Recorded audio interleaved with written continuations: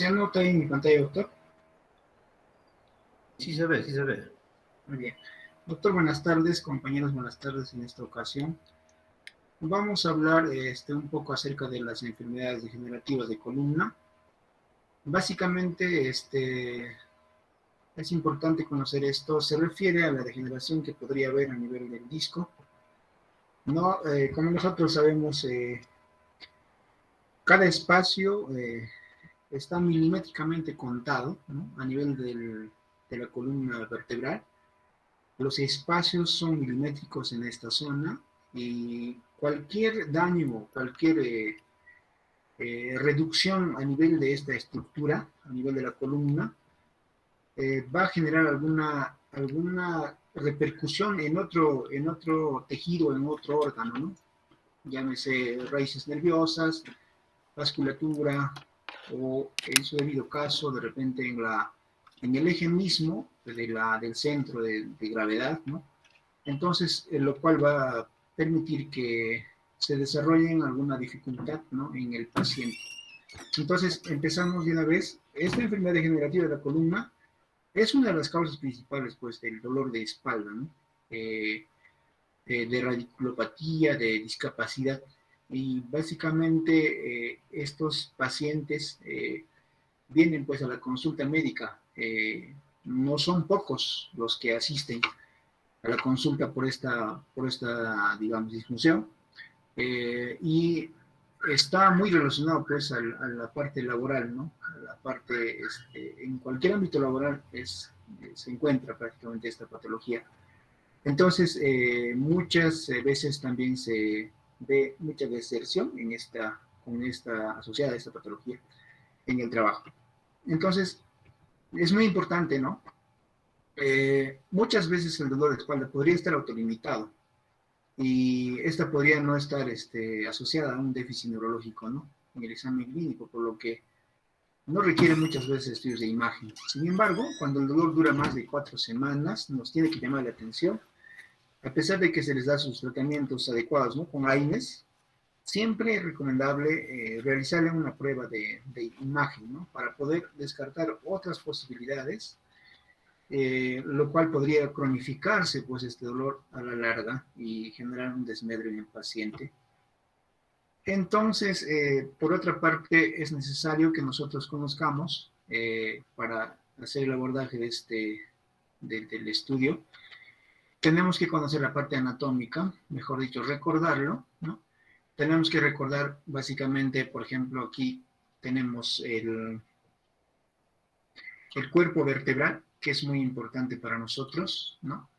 El cuerpo vertebral, lo cual es una estructura ósea, la que quizás predomine, ¿no? En volumen a nivel de la vértebra, ¿no? Y esta pues le da la fuerza tiene la capacidad de poder sostener, ¿no? El peso, todo el peso, pero no solamente es la vértebra, el cuerpo vertebral el que soporta, sino tiene algunas otras estructuras anexas más. Y también tenemos que recordar la articulación intervertebral. Esta articulación intervertebral prácticamente está compuesta por estas estructuras que están marcadas en este cuadro. Están ahí las dos vértebras, los cuerpos vertebrales, ¿no? También el disco intervertebral, lo cual vamos a abordar ahora en el estudio. Está el cartílago hialino, lo cual está cubriendo prácticamente la vértebra. Tenemos el núcleo pulposo mismo del disco intervertebral. Tenemos el anillo que la recubre prácticamente a este núcleo, consolidando así finalmente el disco intervertebral. También se tiene aquí, bueno, el cartílago hialino pues va a cubrir prácticamente a toda esta estructura, ¿no?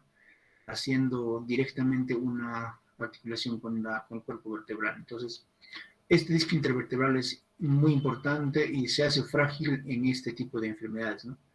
También tenemos que recordar que hay un ligamento longitudinal anterior, ¿no? Tenemos también el ligamento longitudinal posterior. Tenemos también otras estructuras, en este caso, por ejemplo, tenemos que tomar en cuenta el pedículo, el cual es prácticamente uno de los pies o uno de los puntos por donde se une pues, entre el cuerpo y estas zonas espinosas, o mejor dicho, al arco vertebral, ¿no? El arco vertebral. Entonces, también por otro lado de recordar la lámina, tenemos que recordar también estas zonas de las articulaciones cigoapoficiarias o articulaciones facetarias, por donde tenemos algunos lugares de articulación. Tenemos que recordar también los ligamentos interespinosos, ligamentos supraespinosos, el foramen intervertebral, ¿no? También recordar el ligamento intervertebral. Entonces, estas estructuras a manera de recordarles, ¿no? También tenemos que hacer algún recuerdo de la parte de las inclinaciones que se puede dar a nivel de la lordosis, a nivel de la sifosis, a nivel de la lordosis en la parte lumbar, ¿no? Los cuales son fisiológicos, ¿no? La lordosis está entre 20 a 40 grados, la sifosis entre 20 a 45, la lordosis lumbar de 20 a 40 grados.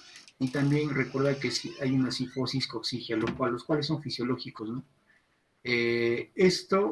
Trazando un eje, ¿no? Desde la parte de la aurícula de la oreja hasta la cabeza del fémur, ¿no? En línea vertical.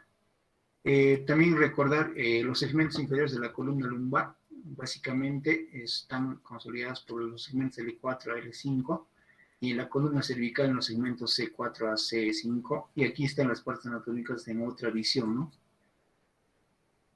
Y aquí también más de lo mismo, tenemos también, ahí están las articulaciones facetarias, por donde se unen, ¿no? Prácticamente estas articulaciones en la parte del arco vertebral, los que van a también tener una fuerza de soporte, ¿no? Respecto a las articulaciones intersomáticas anteriores, tenemos que resaltar que esta articulación de tipo anfiartrósica, ¿no? Los componentes, tenemos el platillo terminal y el disco intervertebral. Dentro del platillo terminal tenemos que resaltar que tenemos un componente óseo y un componente cartilaginoso, los cuales pues van a estar soportando la carga, ¿no? También tenemos que recordar en la parte del disco intervertebral, tenemos algunas características, ¿no? El disco intervertebral en sí es fibrocartílago, ¿no? Ahora, resaltar que este es avascular. Está presente desde C2, C3 hasta L5, S1. La altura total aproximadamente de este fibrocartílago, ¿no? El disco intervertebral, es más o menos un cuarto de altura del cuerpo vertebral, es la cuarta parte. Su estructura, dijimos ya anteriormente, la parte interna está consolidada por núcleo pulposo, el cual es una estructura o una sustancia gelatinosa, ¿no?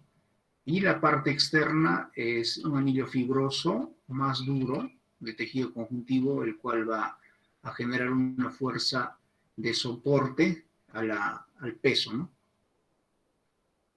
También resaltar aquí en el disco intervertebral, más que todo detallar, el anillo fibroso, que es externo, la cual va a servir como una cobertura, lo que estamos viendo aquí en manera circular, ¿no? Esta compone en su mayoría por agua, colágeno de tipo 1 y glucosaminoglicanos, ¿no? Ahora, las láminas, como podemos ver en la imagen, son concéntricas, lamelares, se le conoce, pues láminas, ¿no? Ahora, estas van a generar o van a soportar toda la fuerza tensil, ¿no? Van a generar una resistencia tensil a nivel de los bordes, ¿no? Entonces, aquí tenemos este corte en el que podemos ver cómo están distribuidas estas, ¿no? Por otro lado, tenemos el núcleo pulposo. El núcleo pulposo hemos dicho que es la parte interna, la parte central, como podemos ver aquí, ¿no? Entonces, estas están compuestas también por agua, en su mayoría, por GAGs, por glucosaminoglicanos, y también por colágeno, pero en este caso es de tipo 2. Como que es más ligero, más suave, ¿no? Tiene una interfase gelatinosa más que todo, la matriz, y lo que hace en este caso es una resistencia axial, y esta de acá, el anillo fibroso, vale recalcar que hace una resistencia tensil, ¿no? Entonces, estas estructuras van a estar soportando el peso corporal ante el movimiento, ante las cargas, ¿no? Ahora, las articulaciones interfacetarias a nivel posterior son de tipo diartrosis, Los componentes son, ya dijimos, las facetas articulares, las carillas articulares, nos estamos refiriendo a los arcos, ¿no? A los arcos vertebrales. Entre las carillas articulares tenemos los cartílagos que están de tipo hialino. También entre los componentes podemos nombrar aquí a la cavidad sinovial, a la cápsula articular. Entonces, aquí tenemos más detallado esto, las cavidades o las articulaciones interfacetarias posteriores, ¿no? Las parsas articulares, tenemos aquí la apófisis articular superior, tenemos la apófisis articular inferior, que también es semejante a esta, pero está en la imagen, se nota desde la parte inferior. Tenemos la articulación cigoapofisiaria, ¿no? La facetaria también. Entonces hay muchas estructuras aquí para poder nombrarlas. Estas articulaciones tienen algunas características, son muy móviles, ¿no? Están presentes desde C1, C2 hasta L5, S1, prácticamente toda la columna vertebral. El desplazamiento es sagital, de arriba abajo. También tenemos que recordar el canal espinal, ¿no? Tenemos un área central, un área lateral, tenemos un área foraminal, un área extraforaminal, lo cual vamos a detallar más adelante. Aquí tenemos esto, ¿no? Tenemos como especie de un enmarcado aquí, con dos líneas en la parte central. Tenemos la zona del canal central, que vendría a ser todo esto que estoy trazando. El canal foraminal por fuera de esta, tanto en la derecha e izquierda, por donde están los forámenes prácticamente, ¿no? Donde estamos trazando en este instante, en ambos lados, ¿no? Y extraforaminal vendría a ser el lugar donde está fuera de los forámenes, ya por la parte más externa, ¿no? Para detallar un poco más esto. Entonces, por otra parte, tenemos que aquí recordar algunos diámetros. Por ejemplo, esta sería un cuerpo vertebral con su disco. Tenemos que recordar aquí estos diámetros. Por ejemplo, aquí tenemos el diámetro interpedicular transverso, el cual está trazado aquí, ¿no? En esta parte. Ahora tenemos que ver también la altura pedicular, el cual está trazado en esta zona, prácticamente. La altura de la faceta superior está en esta zona, ¿no? El diámetro anteroposterior vendría a ser el diámetro que va a generarse, o el espacio que va a generarse desde la parte posterior del cuerpo a la parte posterior del arco, ¿no? También tenemos el diámetro interfacetario de faceta a faceta, sería esta de acá, ¿no? Entonces, conocer estos datos es importante en la cirugía, ¿no? Aquí más de lo que ya hemos repetido en antes, ¿no? La parte anatómica. Los cuales estos van a tener una movilidad de flexo-extensión en estos grados, ¿no? Hacia la parte de la extensión, la parte de delante 20 a 30 grados, ¿no? La parte de la flexión de 30 a 40 grados. Hay rangos de movimiento fisiológicos, ¿no? También va a haber rangos de inclinación lateral, ¿no? Puede ser de 20 a 25 grados, ¿no? Tanto derecha e izquierda. Ahora, algunos factores intrínsecos en la fisiopatogenia para que se produzca esta enfermedad degenerativa, por ejemplo, uno de ellos es la edad, ¿no? La edad genera degeneración del raquis, ya que es un proceso normal como parte del envejecimiento, como que los tejidos van degenerándose con el paso de los años por oxidación, entonces esto permite a que pueda ser la edad un factor, ¿no? Intrínseco para la producción de esta enfermedad. El inicio más o menos se considera como M en la segunda década, F como en la tercera década, y más o menos de los 40 años es una degeneración discal moderada, ¿no? Que aproximadamente se da en un 80% en varones y un 65% en las damas. Otro factor intrínseco también sería la genética, ¿no? Está demostrada en muchos estudios, tanto en estudios con gemelos como en familias de enfermos intervenidos de hernia discal lumbar, de que la genética hereditaria podría ser una causa de estas enfermedades degenerativas. Y otros factores extrínsecos serían, por ejemplo, el tabaquismo, es uno de los más importantes, ¿no? Es el que genera en mayor porcentaje pues, la degeneración discal. Ahora, esto, usualmente, el tabaquismo disminuye el aporte vascular al disco, ¿no? A través de los platillos vertebrales, ¿no? Ya que es prácticamente uno de los únicos medios por el que esta zona podría de alguna forma nutrirse, ¿no? Y esto permite esta atrofia o esta disminución va a permitir de que exista mayor degeneración, generando hipoxia a esa zona. También va a haber disminución de la producción del colágeno, de tipo 2 principalmente, a nivel del núcleo, ya lo dijimos, ¿no? Entonces, esto podría generar mayor dificultad en la regeneración de esta zona, ¿no? La sobreactividad física sería otro, ¿no? El trabajo pesado, algunos deportes de contacto, algunos deportes en el que se tiene que hacer algunos esfuerzos sobrehumanos, ¿no? De levantar pesas entre ellos. Entonces, esto también sería otra causa de este tipo de enfermedades. Y aquí tenemos, ¿no?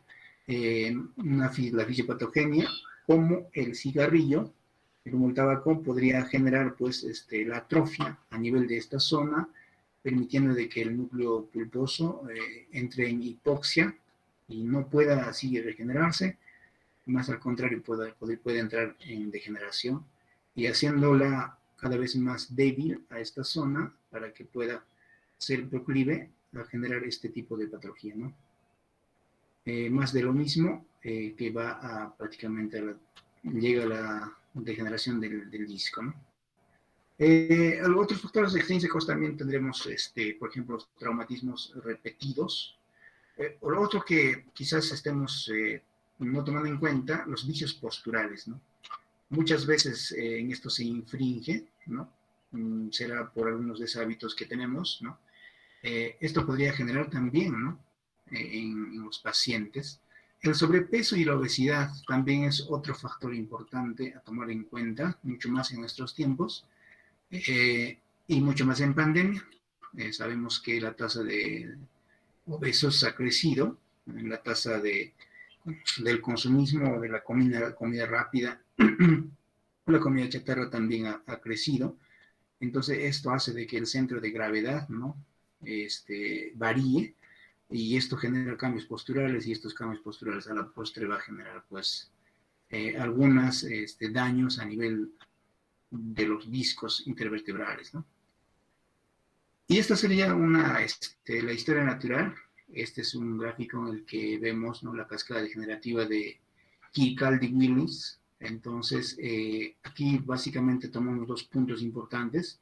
Las articulaciones facetarias, ¿no? Las que soportan prácticamente la columna son estas articulaciones facetarias y los discos intervertebrales, ¿no? Vamos a decir así, las zonas quizás más débiles, ¿no? Porque el cuerpo vertebral es la parte quizás más fuerte que tenemos. Respecto a la enfermedad, ¿no? Ahora, respecto a las articulaciones facetarias, por ejemplo, usualmente se genera pues al inicio una especie de inflamación apenas o una reacción sinovial. Esto podría generar posteriormente un síndrome facetario. A su vez, esta reacción sinovial podría generar degeneración cartilaginosa. Esto van a generar, pues, al generar este síndrome facetario, va a generar disfunción. Ahora, por otro lado, el disco intervertebral también podría generar, pues, desgarros circunferenciales, ¿no? Estos desgarros circunferenciales podrían generar, pues, a la postre desgarros radiales. Y ya estando débiles estos discos, va a generar herniación discal, lo cual también va a generar disfunción, ¿no? A su vez, también en las articulaciones facetarias podría generar laxitud capsular, y esta laxitud capsular, al no tener la fuerza suficiente para poder sostenerla, podría haber subluxación. Esta subluxación podría generar posteriormente a una espondilolistesis degenerativa. Ahora, esta laxitud capsular también podría llevar a una estenosis dinámica, ¿no? A la postre.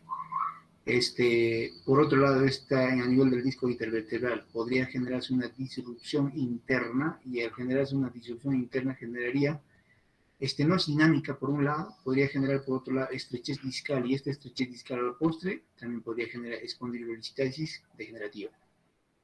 En otro momento podríamos hablar también de la formación de osteofitos, lo cual también es muy importante tomar en cuenta, lo cual van a ser revelados en las imágenes, ¿no? En las articulaciones facetarias, esta formación de osteofitos podría generar hipertrofia facetaria y laminar. Por otro lado, podría generar estenosis fija, ¿no? Los cuales no van a permitir un movimiento o una movilización de la zona, ¿no? Esta hipertrofia facetaria y laminar podría generar estenosis a nivel central, ¿no? Ahora, por otro lado, el disco intervertebral, ¿no? Puede haber formación también de osteofitos a este nivel, ¿no? Y esto va a generar hipertrofia del cuerpo vertebral, y al generar hipertrofia del cuerpo vertebral podría generar estenosis también central. Esta formación de osteofitos también podría generar, pues, estenosis fija, tanto en las articulaciones facetarias como el disco intervertebral. A la postre va a generar una espondilosis multinivel. Entonces, más o menos esta sería la historia natural, generándose una disfunción, una inestabilidad posteriormente y una estabilización al final, ¿no? Esta sería la historia natural, cómo es que va a generarse esta degeneración, ¿no? de los discos intervertebrales. Entonces, más o menos, esta sería la cascada degenerativa por fases, ¿no? La fase 1, que vendría a ser la disfunción, ocurriría más o menos de 20 a 45 años. La fase 2, que es la fase de inestabilidad, podría generarse a los 45 a 60 años. Y la fase 3, de estabilización, a los mayores a 60 años, ¿no? Bueno, en la fase de disfunción, entrando en sí a esta fase número 1, la fase número 1 estaría compuesta por esta, ¿no? Por degeneración discal y por degeneración facetaria. Estos son los dos componentes que vamos a estar estudiando a lo largo de esta exposición. La degeneración discal vendría a ser una discopatía, una enfermedad acerca del disco. En este caso va a haber una degradación, pues, del núcleo pulposo, ¿no? Va a haber una disminución de la síntesis de los componentes de esta. Hemos dicho ya de los grupos aminoglicanos, va a haber una disminución en la capacidad de retener el agua, ya que no va a haber una buena nutrición de esta zona, lo cual va a generar una deshidratación, ¿no? Y esta deshidratación la hace más débil, la torna más débil. Va a haber un desgarro también de la estructura misma que la rodea, de las fibras, ¿no? El anillo fibroso. Va a haber ruptura de estas fibras de colágeno, a nivel laminar, ¿no? De colágeno tipo 1, dijimos. También va a haber una herniación del núcleo pulposo y del anillo fibroso. Podría generarse esta herniación, este desgarro y la degradación. Entonces, todo esto va a conducir, pues, a una disminución en la función, ¿no? Esta herniación podría ser a nivel horizontal, a nivel vertical. Esta herniación horizontal podría ser a nivel medial, que es en la parte céntrica misma. Ahorita vamos a ver una imagen. También podría ser a nivel paramedial, paralelo a la parte central, ¿no? También puede ser a nivel foraminal, que vendría a ser el lateral, o extremo lateral, o extraforaminal. Por eso es que nos describí anteriormente estos puntos, ¿no? En la parte vertical podría ser a nivel superior, podría ser a nivel inferior también, ¿no? A nivel inferior se le conoce como un nódulo de Schmor, ¿no? Aquí está un poco de esto de la degeneración discal, la discopatía. Como podemos ver aquí, la debilidad, ¿no? Del anillo fibroso, cómo las células prácticamente se alejan de la zona. También vamos a ver aquí los condrocitos, cómo es que estos van a tener la capacidad de poder, digamos, ser los nexos para poder nutrir a la zona del cuerpo, del núcleo pulposo, ¿no? Y cuando estos pierden su función va a generarse la enfermedad, ¿no? Y aquí también más de lo mismo, ¿no? Cómo es el mecanismo de nutrición, ¿no? Y cuando, digamos, con un ejemplo como el tabaco, como lo ejemplificamos en antes, estas va a generar, pues, la disminución de oxígeno, la disminución en la difusión del agua, la difusión también, la disminución en la nutrición, por ende, y pues a la postre esto va a generar, pues, desnutrición o deshidratación del disco, lo que va a generar la enfermedad, ¿no? Y más de lo mismo, cómo es que se genera esta inflamación en esa zona.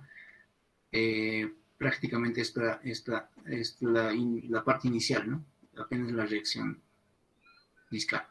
Y aquí tenemos algunos ejemplos en imagen. Por ejemplo, un disco normal vendría a ser esta, que es céntrica, concéntrica, a la flexión-extensión, soporta, tolera tanto el núcleo pulposo como el anillo fibroso, ¿no? Sin embargo, cuando hay un desgarro, cuando hay una debilidad en alguna zona del anillo fibroso, esta puede ligeramente protruir y generar una especie de debilidad, ¿no? Del anillo fibroso. Y a la postre esto podría generar, pues, si es que se sigue con el peso con la misma intensidad de la fuerza que la provocó, podría generar inclusive hasta herniaciones, ¿no? Y aquí abajo tenemos cómo se fue dando este proceso, y aquí tenemos finalmente la herniación, cómo es que el núcleo pulposo podría salirse prácticamente, y al salirse pues deja un volumen, ¿no? A nivel del cuerpo, a nivel de la zona del cuerpo vertebral, deja pues un volumen vacío, ¿no? Y esta va a ceder hacia abajo, pues, como que se van a juntar el espacio, la articulación intervertebral, ¿no? Entonces, este espacio va a protruir prácticamente, y al protruir va a afectar pues al nervio que está pasando por ahí, ¿no? Lo cual va a generar los signos y síntomas en el paciente. Entonces aquí tenemos un poco más graficado de lo que hemos estado hablando, la degeneración discal respecto a la protrusión y a la extrusión, ¿no? La protrusión vendría a ser pues esta zona donde estamos viendo, ¿no? Es como que hubiera un abombamiento de la envoltura fibrosa que rodea el disco intervertebral, ¿no? Prácticamente es de mayor área, ¿no? Vamos a ver, quizás no son buenos ejemplos, vamos a ver que es un abombamiento de mayor área, ¿no? Pero respecto a acá tenemos, esto de acá sería el disco, ¿no? El anillo, mejor dicho, y aquí estaría la protrusión. Este es más claro el ejemplo. Este vendría a ser la protrusión, como tenemos mayor área y como que si hubiera salido todo, ¿no? En mayor proporción. Ahora, respecto a la extrusión, ya también es un pequeño, digamos, vamos a decir, se ha formado una pequeña grieta o una pequeña fisura por esta zona, ¿no? Como que así estuviera. Entonces, por ahí salió el núcleo pulposo y se ha generado todo esto, ¿no? Todo este. Entonces, esa sería la diferencia entre protrusión y extrusión. Aquí tenemos más del ejemplo, y también tenemos otro ejemplo. Esta vendría a ser la protrusión, ¿no? Que es con mayor área, y esta vendría a ser la extrusión. Aquí tenemos lo que habíamos dicho antes, ¿no? Cuando hay una degeneración discal, esta podría herniarse en distintos lugares. En la parte central, en la parte posterior, vamos a decir, al arco, perdón, al cuerpo vertebral, ¿no? Hacia el arco vertebral, en la parte paramedial, justo al costado, en la parte paralela, y la parte foraminal, justo donde están los forámenes, ¿no? En toda esta zona, y la parte extraforaminal por fuera prácticamente, ¿no? Entonces podrían generar estas hernias a cualquier nivel. Respecto a la degeneración facetaria, ¿no? Tendríamos la reacción sinovial, que se conoce como sinovitis. Tenemos también la degeneración cartilaginosa. Respecto a esta degeneración facetaria, tenemos que ver el cuadro clínico. Por ejemplo, aquí tenemos dolor discogénico. Podría ser a nivel axial. Este dolor generalmente es referido, ¿no? Referido puede ser, depende de la patología, depende de la zona.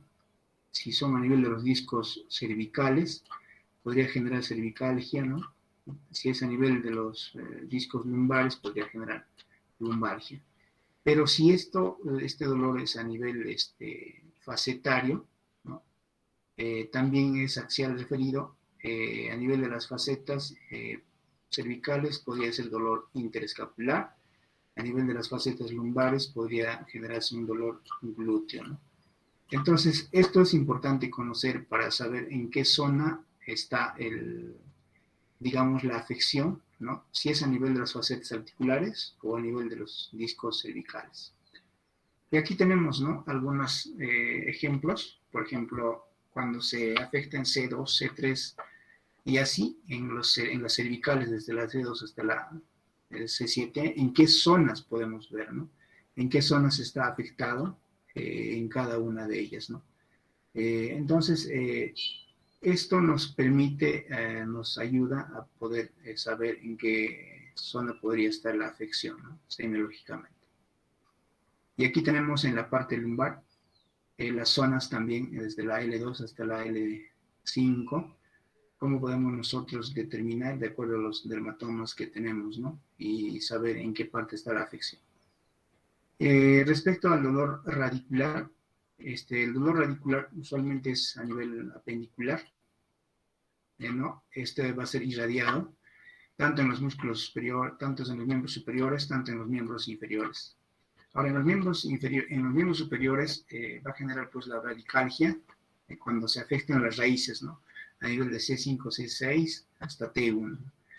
En los miembros inferiores ya conocemos las cruralgias, ¿no?, las cuales van a afectar a la raíz L2, L3, las cetalgias o las ciatalgias, ¿no?, cuando afectan L4, L5, S1. También podría afectarse más abajo, ¿no? Podría generar un dolor a nivel del pudendo en las raíces S2, S3, S4. Entonces, a nivel de varias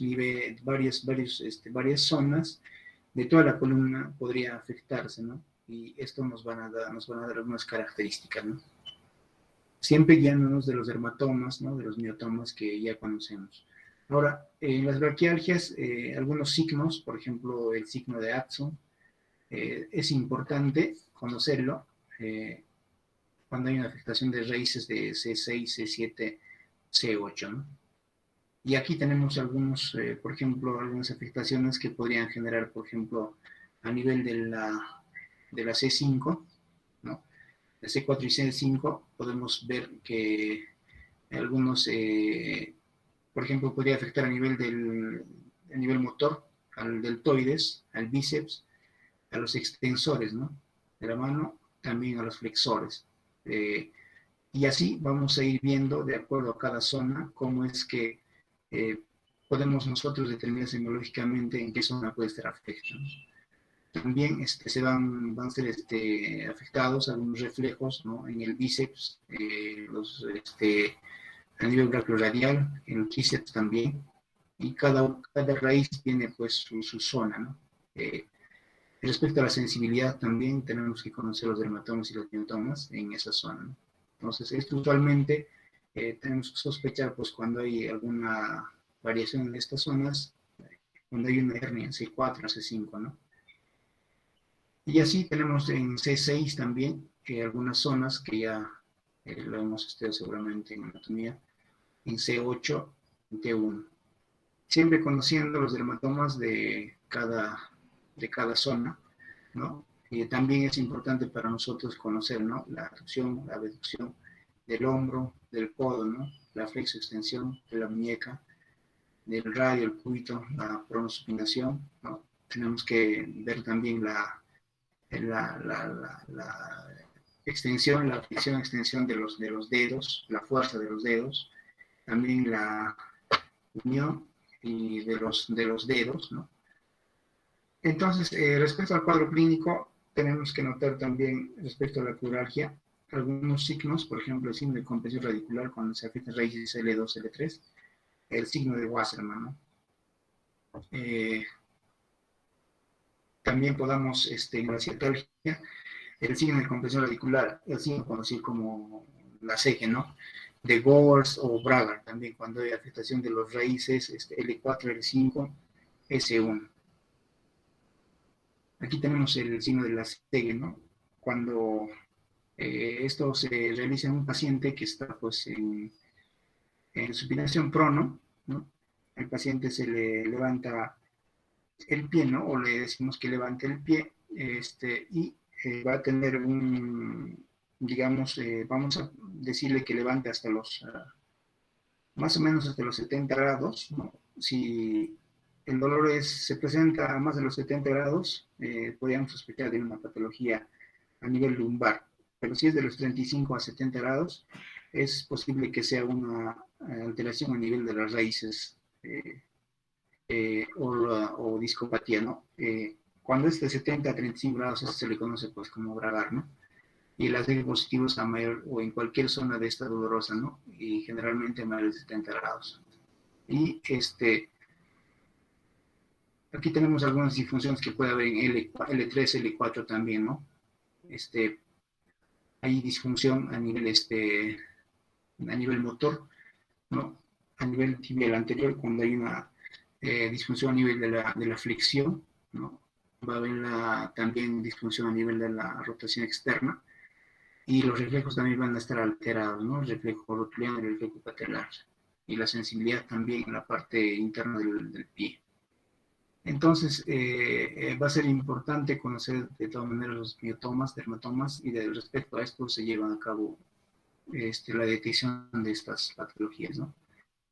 Y respecto al dolor pudendo, también podemos sospechar cuando hay signos de compresión radicular, cuando hay dolor, parestesias en dermatomas S2, S3, S4, las cuales son a nivel de medianales, ¿no? Como vemos en las imágenes.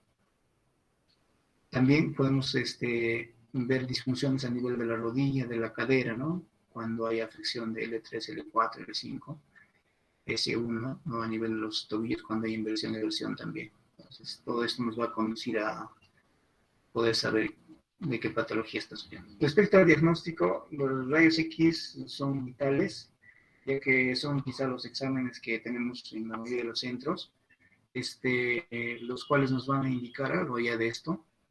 Respecto a la estática, ¿no? Nos van a indicar una radiografía anterior-posterior lateral. Podemos ver ya prácticamente la ubicación, las características, la alineación que esta puede tener.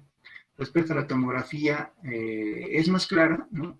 Respecto al hueso, nos va a hacer notar las facetas, los pedículos, los canales, los discos, ¿no? Cómo están compuestas estas, y básicamente un acercamiento a la anatomía casi real. Y la resonancia magnética, que sería el gol estándar, ¿no? Que prácticamente nos detalla un poco más, ¿no? Es mejor. Los discos, los ligamentos, el canal y su contenido, ¿no? Y la discografía, ¿no? Que también se pone en práctica para este tipo de patologías. Ahí tenemos la resonancia magnética, ¿no? En el cual podemos ver una protrusión, ¿no? Del disco. También ya dijimos que nos acerca bastante a la realidad, ¿no? Para poder diagnosticar. Aquí también tenemos otra resonancia en el cual tenemos una extrusión, ¿no? También esta es muy importante, como cuando las imágenes gráficas nos dicen más, ¿no? La discografía, en la cual tenemos un examen que nos ayuda, nos detalla bastante, nos dice, ¿no? A qué distancia prácticamente están los discos intervertebrales, nos detalla las articulaciones, ¿no? Intervertebrales. La electromiografía también podría ayudarnos un poco respecto a ver las ondas, ¿no? Tanto de fasciculación como fibrilación, y de repente ayudarnos más que todo a detectar, a determinar qué músculos estarían afectos, y de acuerdo a los músculos afectos podríamos sospechar qué patología podría ser, ¿no? El tratamiento, usualmente el tratamiento conservador, que todos vamos a realizar seguramente como médicos generales, ¿no? Son sintomáticos. Los analgésicos, los antineuríticos, entre ellos de repente algunas vitaminas, ¿no? Se hacen también usualmente algunas infiltraciones a nivel epidural, a nivel facetario. También se considera la terapia física, algunas terapias alternativas como la quiropraxia, la ozonoterapia, entre otros, ¿no? Que están ahorita saliendo. Pero ese apenas es un tratamiento conservador ¿no? No, si está confirmado del diagnóstico, no es curativo, pues, ¿no? Ahora, respecto al tratamiento en sí, cuando ya hay una herniación, tiene que ser quirúrgico, no hay forma. El objetivo de esta es una descompresión nerviosa. Las indicaciones, cuando hay síntomas persistentes o progresivos, ¿no? Cuando el dolor es insoportable, cuando es mayor a 8 semanas con tratamiento conservador y ya pues estamos pasándonos de tiempo, se tiene que intervenir.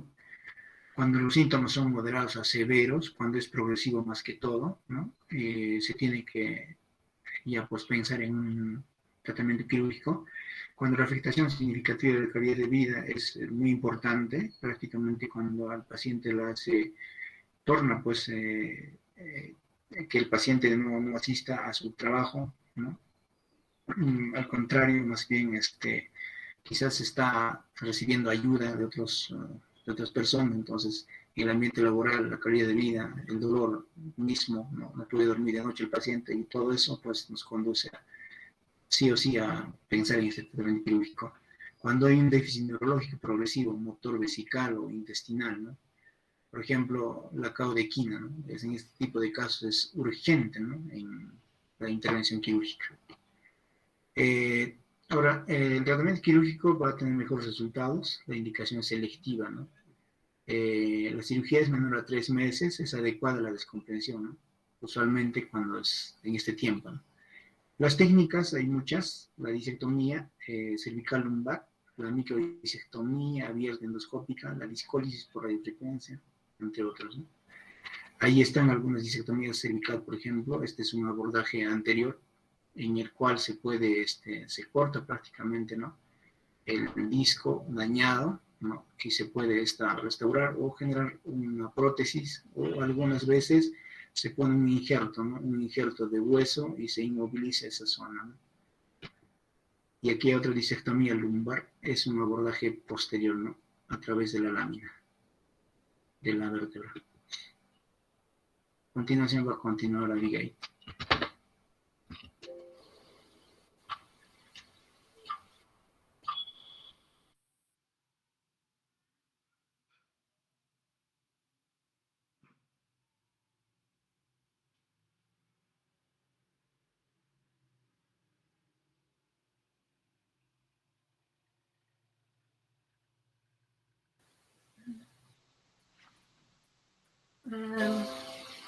¿Me escucha? Continuando con la exposición, ¿no? Yo les voy a hablar sobre la fase 2 de inestabilidad. Bueno, tratándose de la fisiopatología, lo vamos a ver, por ejemplo, en las facetas, en el istmo, en los discos. En la primera vamos a verlo, ¿no? La redistribución de la carga discal, que nos va a dar en un 70%. Vamos a ver acá la laxitud capsular, a la subluxación facetaria vertical, a los osteofitos periósticos, ¿no? Y dándonos una artrosis, al istmo, ¿no? Como ya les he mencionado, al pars articularis, en aquí un adelgazamiento, ¿no? También la efracción o ruptura, ¿no? Como una espondilitis. Y en los discos la reabsorción del núcleo pulposo, ¿no? La pérdida de soporte axial, también la pérdida de la altura, ¿no? Tratándose de un colapso, ¿no? Ahora, en el segmento 6, ¿no? Vamos a ver, por ejemplo, el deslizamiento, o también, conocido como espondilolistesis. Ahora, también hay que ver por extensión, ¿no? Ahorita les voy a mostrar los grados del 1 al 4, también por biomecánica, ¿no? Ya sea de bajo grado o de alto grado, ¿no? Y ahora también hay que ver el canal raquídeo, ¿no? Aquí los estrechamientos, la estenosis, ¿no? Y si es blando, dinámico, si es blando, ¿no? La laxitud tensional y el engrosamiento del ligamentario, ¿no? La estrechez del canal lateral y central. Como les he mencionado, ¿no? Que vamos a ver acá, deslizamientos, una redistribución. Aquí, este es el sistema de gradación de Maillard-D. Esta nos sirve para clasificar, ¿no? Según su porcentaje de desplazamiento, ¿no? En relación con la vértebra caudal. Como podemos ver aquí, en la primera imagen, ¿no? Este es normal. Y acá, por ejemplo, el grado 1, también conocido como la traslación, hasta un 25%, ¿no? En el primer grado. En el segundo grado, de 25 a 50, como podemos ver, a 50%. Esta es la medida en porcentaje, ¿no? Esta gradación. Ahora, en el tercer grado, de un 51 a 75%, en el cuarto grado, de 76 a 100%, y en el quinto grado, mayor a 100%, y está también llamada como espondiloptosis, ¿no? Ahora, dentro del cuadro clínico vamos a ver acá un síndrome de claudicación vertebral, ¿no? ¿Qué va a ser acá? Un dolor lumbar en movimiento, ¿no? También conocido como dolor de piernas. y el síndrome de compresión radicular, o también conocido como el dolor segmentario unilateral. Ahora, tratándose del diagnóstico, aquí vamos a ver, por ejemplo, la imagenología, ¿no? Los rayos X, vamos a verlo como, por ejemplo, vamos a ver en una vista anteroposterior, lateral, tenemos que ver acá la ubicación, ¿no? Las características, la alineación, y esta es en la estática, ¿no? Ahora, en la dinámica, por ejemplo, la hiperextensión, la hiperflexión, la inestabilidad, y estos nos van a decir, ¿no? Si es una escoliosis, una listesis, ¿no? Y en la tomografía, ¿no? Ver, ¿no? Las facetas, los pedículos, el canal, los discos. Y también hay que hacer mención acá que la resonancia magnética es el gold estándar, ¿no? De esta patología. Aquí vamos a ver los discos, ligamentos, el canal, ¿no? Ahora, como les he mencionado, ¿no? Por ejemplo, aquí en los rayos X, este es en el neutral, este es en flexión, ¿no? Una toma, y en extensión, miren chicos, así podemos distinguirlos, ¿no? Ahora, en la tomografía, ¿no? Como les he mencionado, nos va a servir para ver las facetas, los pedículos, ver el canal, los discos, ¿no?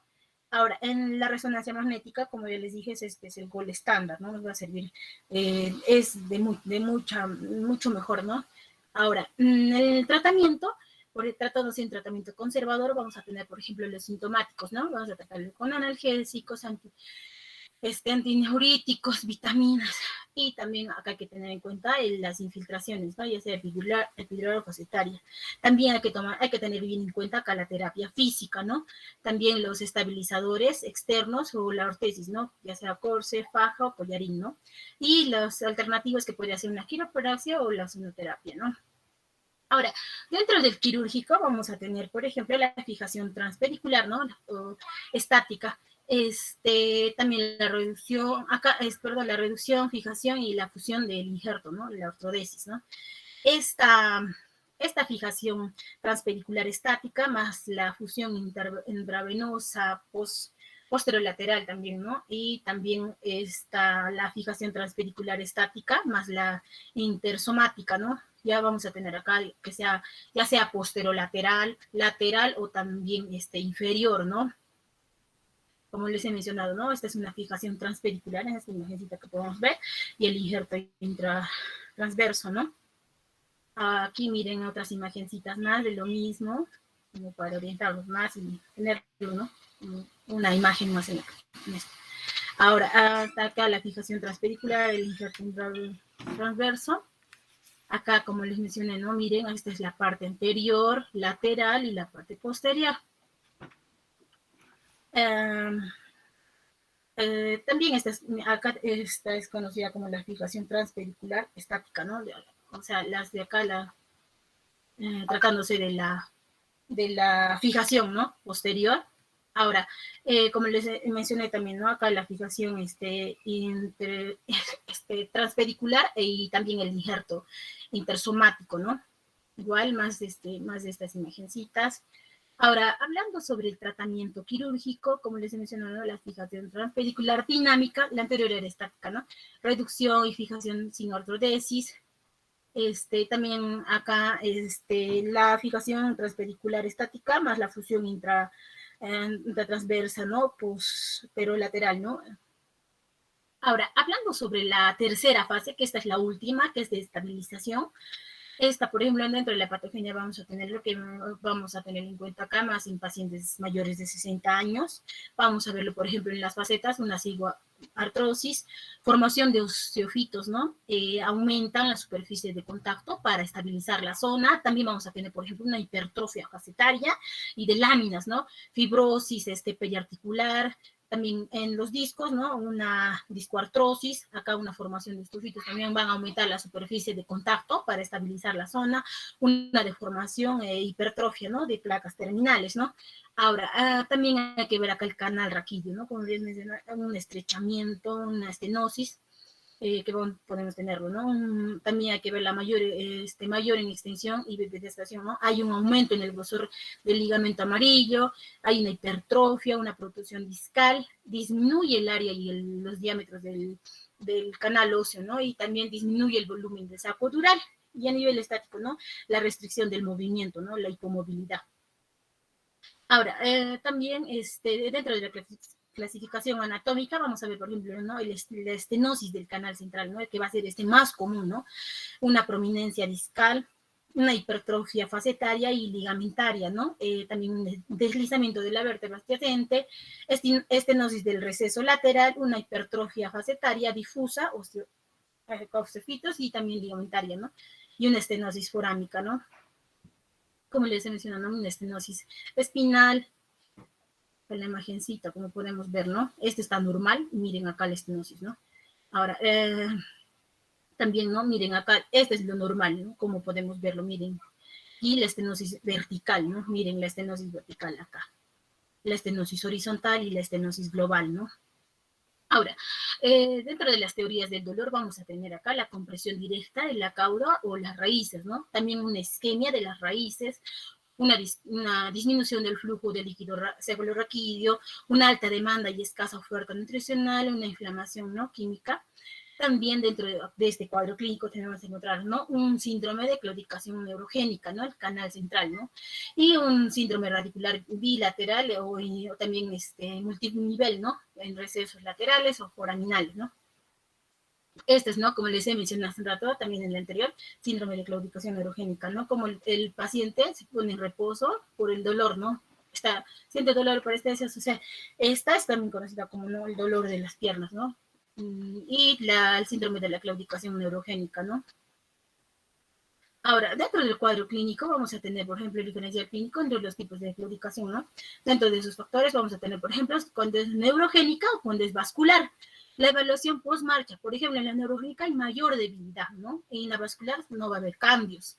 Dentro de los factores paliativos, por ejemplo, en la neurogénica, en la flexión y en la sedestación, ¿no?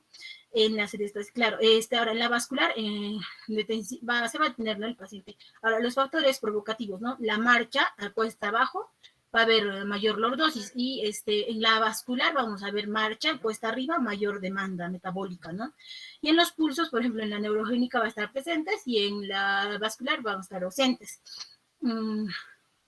Ahora, tratándose del diagnóstico, dentro de la imagenología vamos a tener, ¿no? A los rayos X, a la tomografía, a la resonancia magnética, que resaltar que acá va a ser el gol estándar, ¿no? Que vamos a poder observar los discos, los ligamentos, de mejor vista, ¿no? Acá tenemos los rayos X, la tomografía, ¿no? Por ejemplo, una estenosis absoluta que vamos a tener de un diámetro medio a sagital, ¿no? Lumbar mayor de 10 milímetros. Y sus valores normales deberían ser de 22 a 25 milímetros. Una estenosis relativa, por ejemplo, el diámetro medio sagital, un lumbar va a ser de 10 a 12 milímetros y el receso lateral en diámetro menor de 2 milímetros, ¿no? Y teniendo el valor normal de 3 a 5 milímetros, ¿no? Vale, la resonancia magnética. Ahora, tratamos del tratamiento, ¿no? Vamos a hablar ahora sobre el tratamiento conservador, ¿no?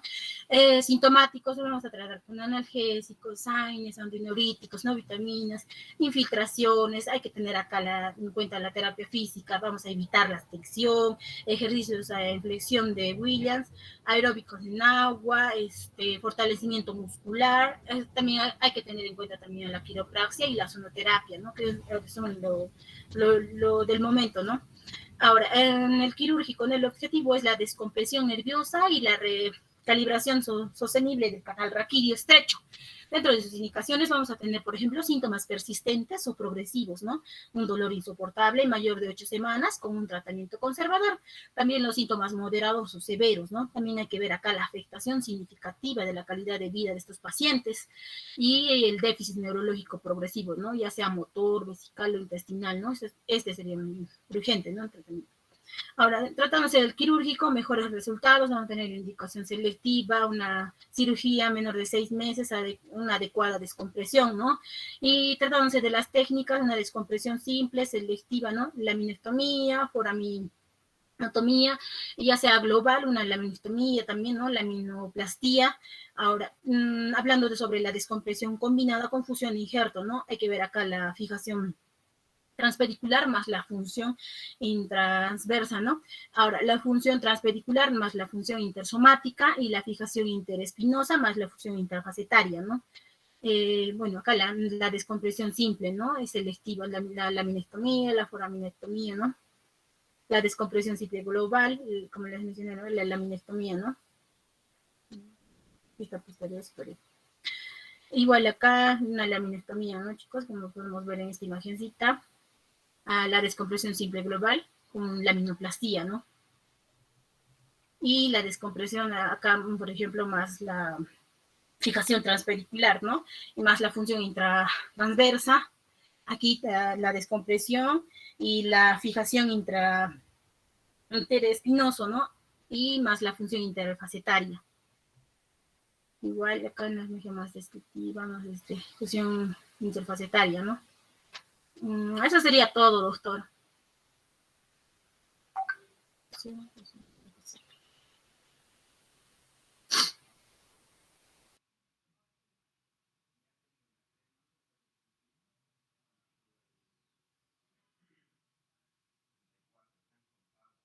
Doctor,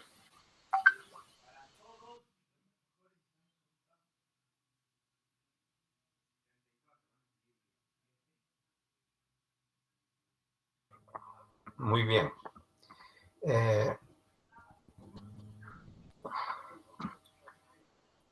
A ver, vamos a tomar la lista, ¿ya? Hola, ¿me escucha? Sí, doctor.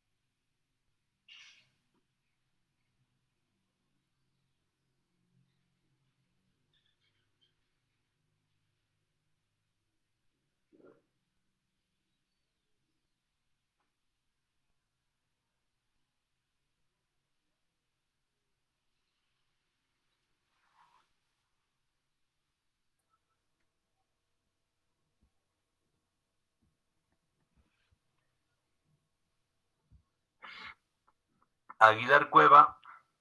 Presente, doctor. Buenas tardes. Buenas tardes. Amao Gomán. presente, doctor, buenas tardes. Buenas tardes. Apasa Mamani. Presente, doctor, buenas tardes. Buenas tardes. Arango Vázquez. Presente, doctor. Buenas tardes. Buenas tardes. Arias Condori. Presente, doctor. Buenas tardes. Buenas tardes. Cárdenas Choque. Kevin. Cárdenas Choque Noelia.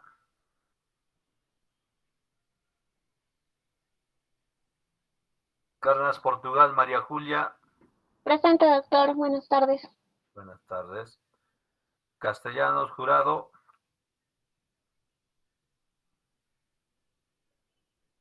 Castellanos Jurado Mirla.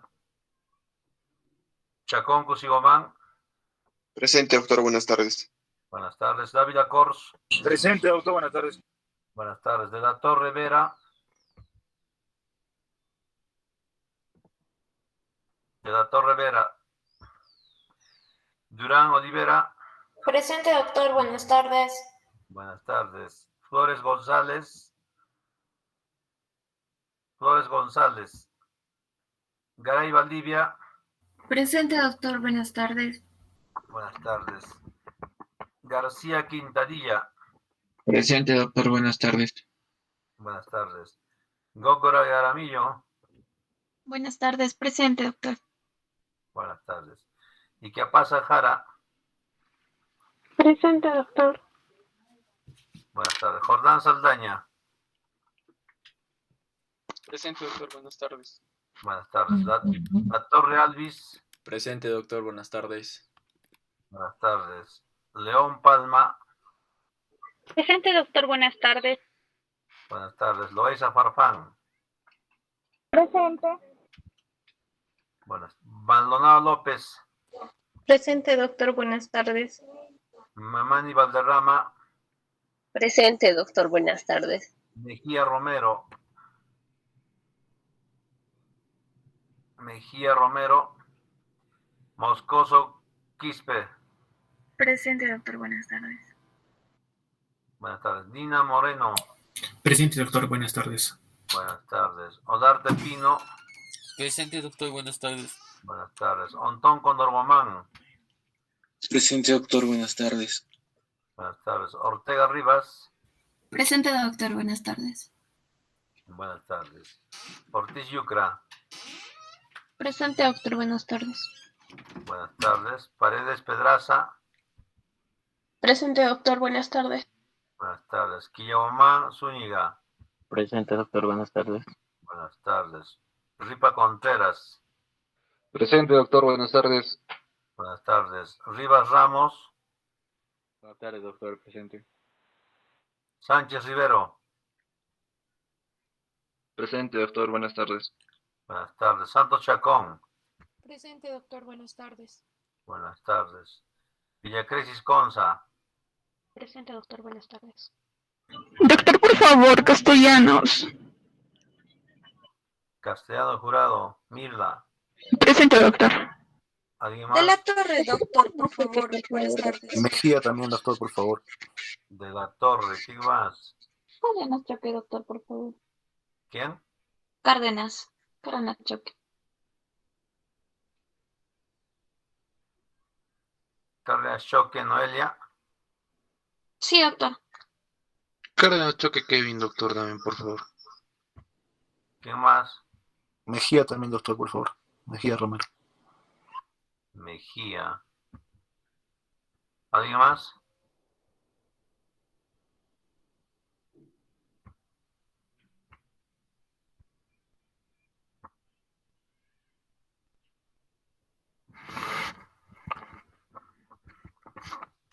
Muy bien.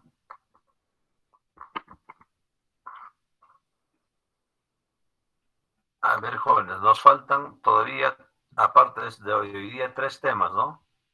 Tuberculosis espinal, hidrocefalia de recién nacido y disrafismo.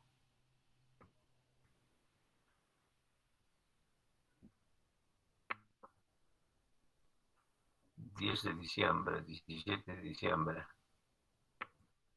¿Hasta cuándo tenemos las clases, señorita Delegado? El aporte es del 20 al 26, doctor. Del 20 al 26, y esto sería 31 de diciembre. ¿Cuándo hacemos esta clase? Doctor, quería justo proponerle, no sé si podríamos avanzar, ya que hoy día se acabaron las rotaciones, entonces tal vez la próxima semana en el horario de las rotaciones, cosa que sí adelantamos y también tiene tiempo para subir el aporte normal, ¿no? Del 20 al 26. Sí, fue porque 17. Yo sé de la idea siguiente, a ver qué les parece. El 10 hacemos normal las clases, ¿no es cierto? El próximo viernes. Sí, El 17 podemos hacer las 2 clases juntas. 17, o sea, hidrocefalia recién nacido, cristalonideo y disrafismo. El 17, las 2 clases juntas. Y ahí terminaría la teoría. Y ahí el examen ya sería pues lunes, martes, ¿no? 18, 19, 20, 21. Doctor, ¿o no lo podemos adelantar este lunes, como si fuera un horario de rotación? Mejor para estar más cómodos con el tiempo, por favor. El lunes que viene. Sí, este lunes 6 me parece. Ya, ¿en qué horario sería? En el mismo horario que se rota, de 10 a 12. El horario de rotación. Es que hay grupos que hay que recuperar las prácticas. El lunes recuperaremos prácticas. El lunes 6. El martes también tal vez. En la tarde podría ser en todo caso.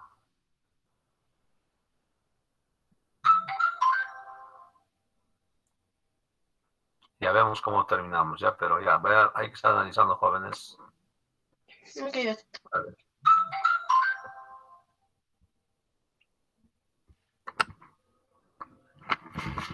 Muy bien. A manera de recalcar lo que ya sus compañeros han expuesto, vamos a revisar lo que es enfermedades degenerativas, lo que más se presenta en neurocirugía, ¿no? Cotidianamente.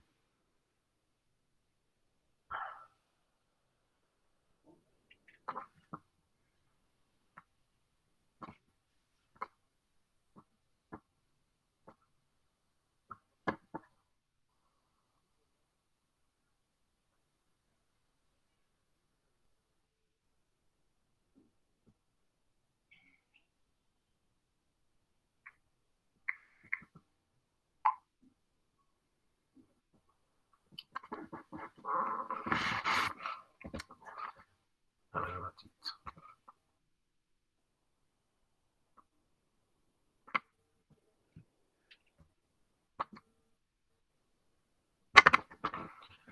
Muy bien, jóvenes, como sus compañeros ya lo dijeron, la enfermedad degenerativa de la columna es una patología del envejecimiento anormal, ¿no? Anormal, no se fuera de lo normal. La columna tiene que envejecerse normalmente con la edad, ¿no? De acuerdo a la edad. Pero cuando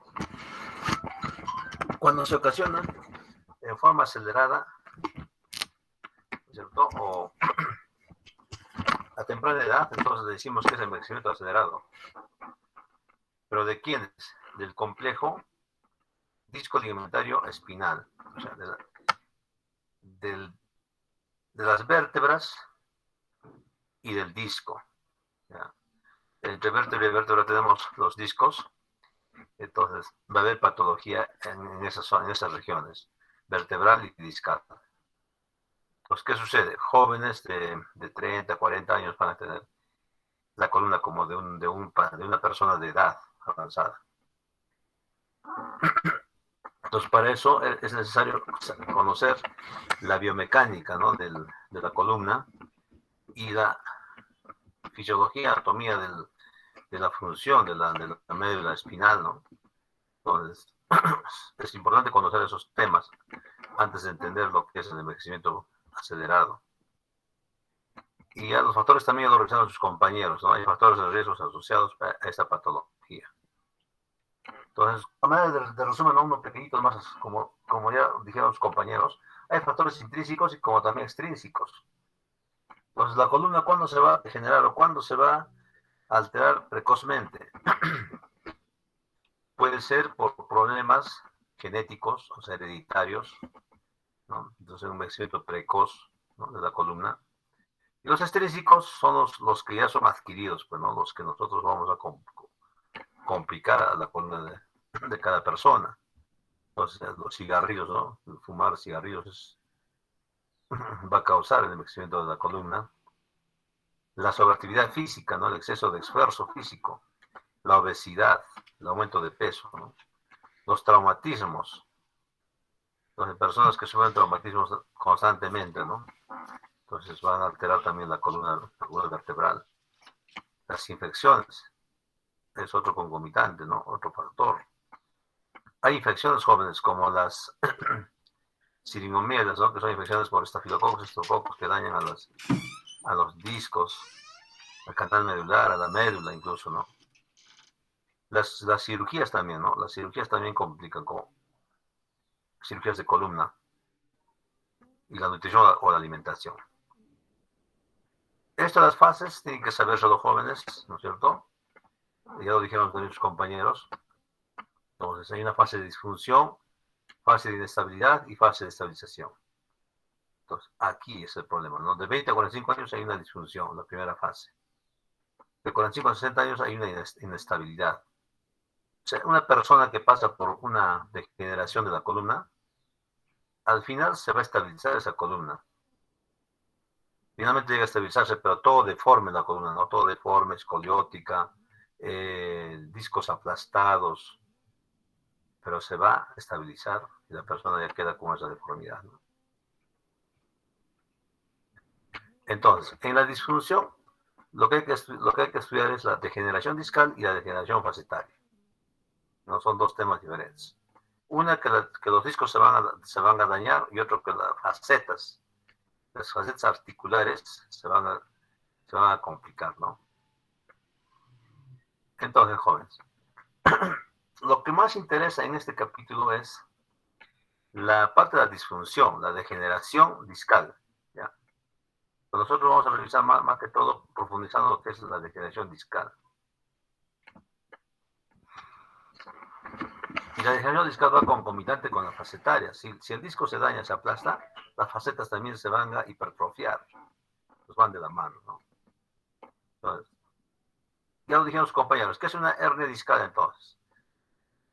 La hernia discal es una enfermedad que está dentro de la degeneración de la columna, ¿no? Pero para comprender, ya creo que han entendido también, el disco tiene dos estructuras, ¿no? Las fibras y el núcleo. Esto tienen que comprender, jóvenes. Los discos intervertebrales tienen dos partes, ¿no? Las fibras y el núcleo. Las fibras son circulares, ¿no? Fibras circulares. Y el núcleo es como una gelatina. Es el núcleo pulposo, es como una gelatina. Es la que va a amortiguar prácticamente en los movimientos de rotación, movimientos de extensión, de flexión de la columna. Entonces, estas dos estructuras trabajan bastante en el movimiento de la columna, jóvenes. Y la fibra es la que va a resistir, la que va a proteger prácticamente al núcleo pulposo. Y también va a mantener la altura del disco, ¿no? Las fibras. Entonces aquí tenemos algunos ejemplos. Vértebras hacia amarillo, ¿no es cierto? Y los discos intervertebrales. Las fibras son circulares, fibras, y el núcleo pulposo, la gelatina, es al medio, ¿no? Es la que va a amortiguar en los movimientos.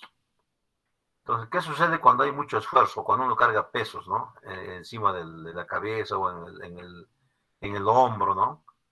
Entonces, hacen sobreesfuerzo y las vértebras comprimen al disco, apretan, ¿no? Ya. O en una caída parado sin amortiguar, también varios discos se van a complicar, se van a apretar con las propias vértebras. Una caída de posición sentado, jóvenes, posición sentado, se cae una persona, también se van a apretar los discos y suelen romperse estas fibras con esa compresión. Ya, entonces, en eso consiste esta patología de la hernia discal. Entonces, esta es una forma, ya una idea cómo es que se va a romper las fibras. Se debilitan las fibras y en algún momento tienden a romperse. Entonces, las hernias discales, jóvenes, van a ser protrusiones del núcleo pulposo. Mire, como ven en este ejemplo. En este gráfico se ve el núcleo pulposo en su lugar, las fibras también en su sitio. Ya. Si se acuerdan ustedes también de las aponeurosis anteriores y posteriores que protegen, ¿no es cierto? Y mantienen la articulación, pues, ¿no? de la columna entre vértebras y disco. Entonces, ahí, cuando hay una compresión del disco, el núcleo es el que va a salir, jóvenes, el núcleo pulposo. ¿Cuándo? Cuando la fibra se rompa. La fibra hace una fisura o se rompe, entonces el núcleo con la compresión sale, ¿no? Por ahí, por esa fisura.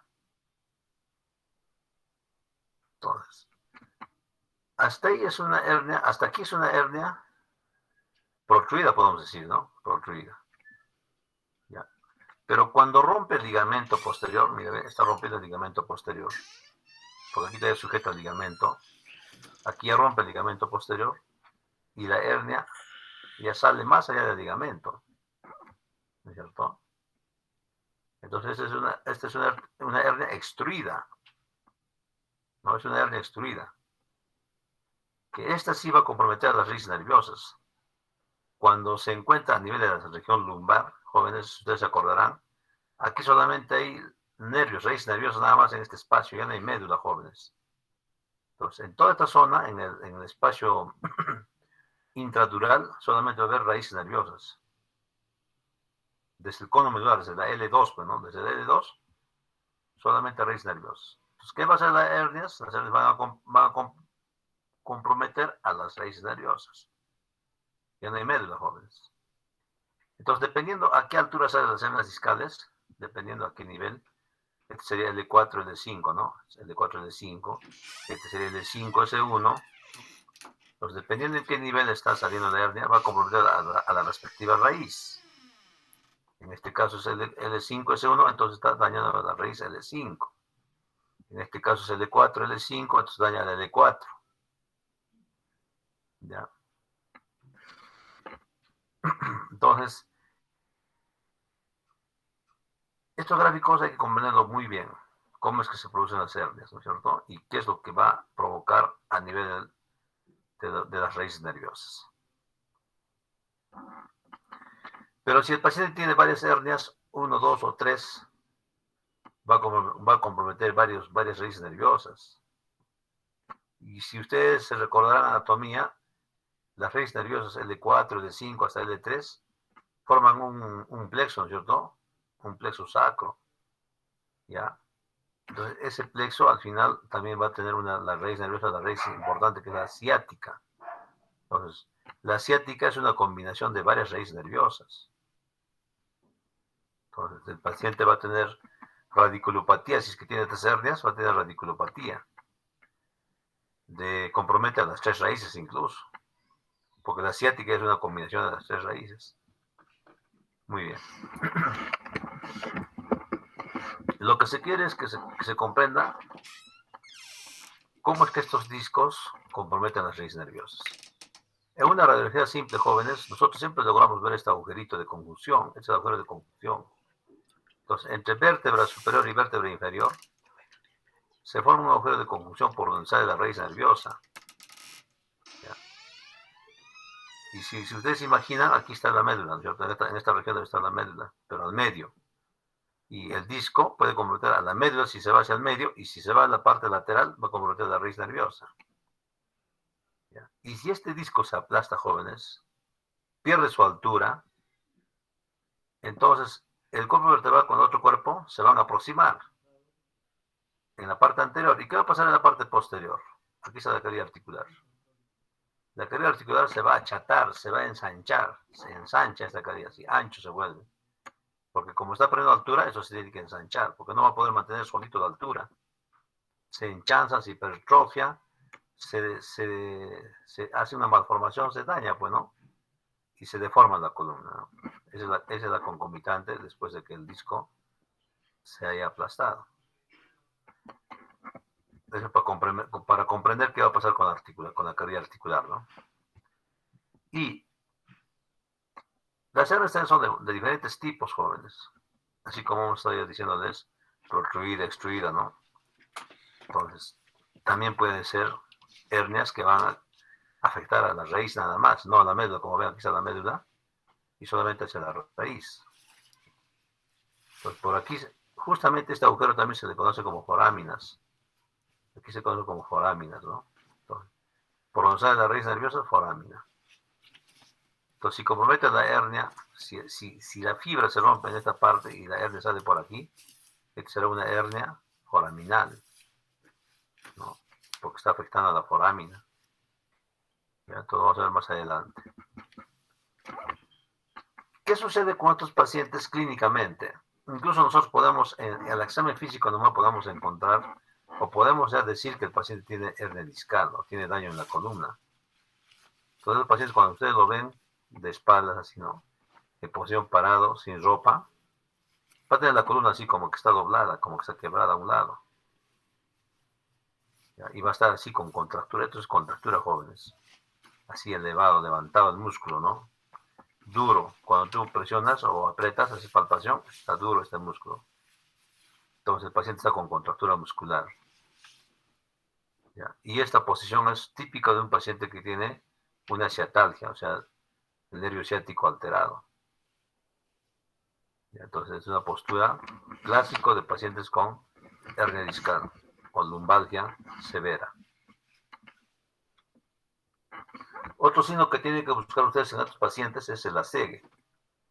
Esto siempre venimos repitiendo en las prácticas, ¿no? El ASEGE. Entonces, el ASEGE se hace de esta forma, como ven. El paciente sale del cúbito dorsal y luego no hay que decir al paciente que levanta el miembro inferior, sino nosotros tenemos que levantarlo. El examinador tiene que levantar el miembro inferior sin esperar la voluntad del paciente. ¿Ya? Entonces, y solamente preguntar al paciente si siente dolor. ¿A qué altura va a sentir dolor? A manera que nosotros vamos levantando el miembro inferior, el paciente va a decirnos, ya, siento dolor, va a decir, de repente a 35 grados, 40 grados, ¿no? O 50, 60 o 70 grados. Entonces, si el paciente siente dolor a los 45 grados, o 40 grados, 35 grados, es un ASEGE positivo, no tiene por qué doler. Entonces, ¿qué está pasando? Está afectando al ciático, al nervio ciático, está comprimiendo algo a nivel de la columna, en este caso una hernia, pues, ¿no? Está comprometiendo a la ciática. Y estos son los tipos de hernias, ¿no? Que se pueden presentar. Foraminal, lateral, cuando ya afecta parte de la médula y parte del nervio lateral, y medial.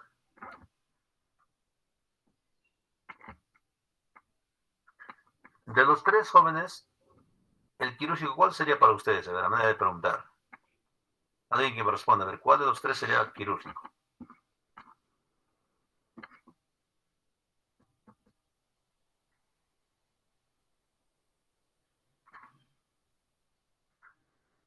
El lateral, doctor. El lateral, ya, muy bien. Otro alumno. Foraminal. Foraminal. ¿Alguien más? Foraminal, doctor. Foraminal. Ya. En un corte axial, ustedes van a ver las hernias así, ¿no? Como que está saliendo por este lado, foraminal. Casi medial, lateral, ¿no? Entonces, estos dos son quirúrgicos, pues son quirúrgicos. Esta medial incluso no es tan quirúrgico, ¿no? Porque está comprimiendo la médula, no tanto la raíz nerviosa. Entonces, el paciente no siente tanto dolor. Pero cuando sí es quirúrgico la medial, cuando es extruida, cuando se sale del todo, incluso se cuelga hacia abajo, ¿no? Es como que estaría ocupando un volumen dentro del canal medular. Ahí sí provoca dolor también, entonces también es quirúrgico cuando es extruida. Hasta el momento esta hernia sería una hernia medial protruida, ¿no es cierto? Pero estas mediales pueden ser extruidas, se salen y se cuelgan incluso hasta abajo. También se vuelve quirúrgico.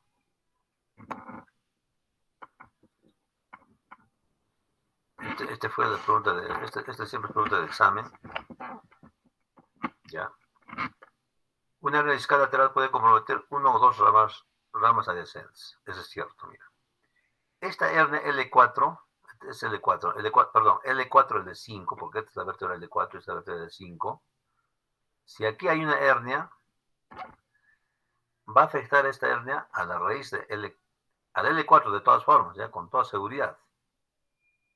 Pero también al L5, que está ahí aproximadamente, ya cerca, ¿no? Pero todavía esto todavía está dentro del canal medular. Pero esta raíz está saliendo por su agujero de conjunción.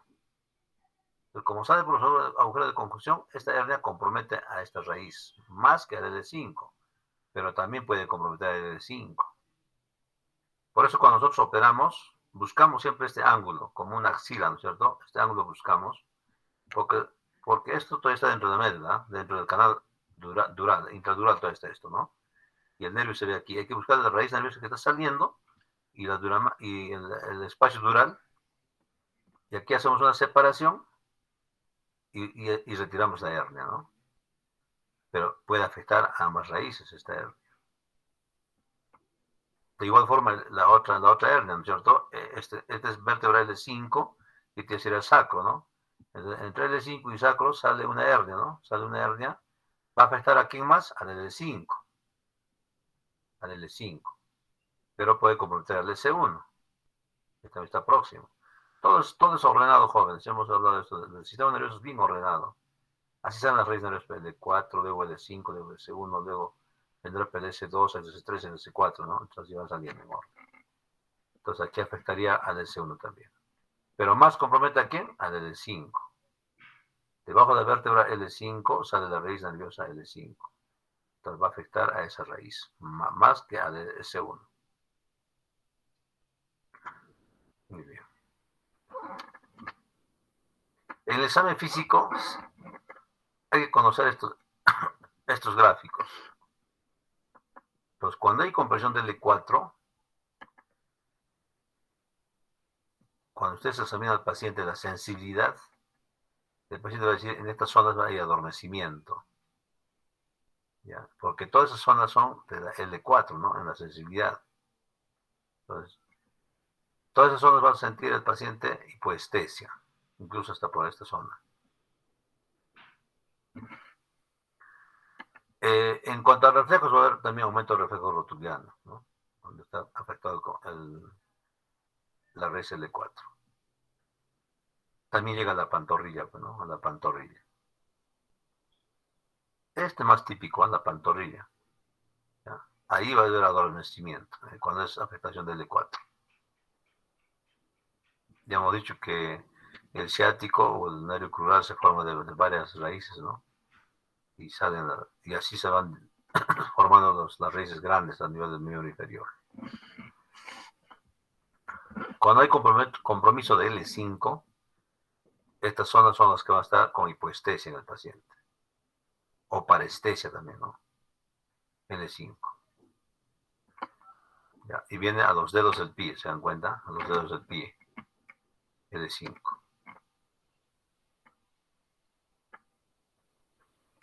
Y va a haber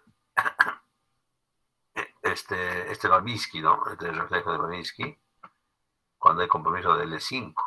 Entonces el paciente hace este Babinski. Entonces, eso es importante saber reconocer para saber diferenciar qué raíz nerviosa está afectada. El S1. El S1 es más, el mapa es más grande, ¿no? Y llega hasta el dedo meñique. Diferente que el L5, ¿no? Llega a todos los dedos, pero por delante, ¿ya? Por delante. Viene por detrás así, y la parte del miembro de la pierna se va para adelante, ¿ven? Y se viene por delante a los 5 dedos. Y el S1 viene por la parte lateral, parte de la pierna, ¿no es cierto? Parte de los gemelos, porque también aquí hay el L4, ¿no? Acá también hay el L4, jóvenes. Por parte del L5 y llega el dedo meñique. Ya, si tú examinas el dedo meñique y está adormecido, quiere decir que está comprometido el L5. Y si tú examinas los demás dedos y está adormecido, entonces es el L5. Y si es el meñique, es el S1. Disculpen. Y la motricidad, incluso ese dedito, está alterado, ¿no? No tiene fuerza. Otro examen que se hace en ese S1 es tú las paras de puntillas al paciente, ¿no? Y no puede pararse, no puede sostenerse.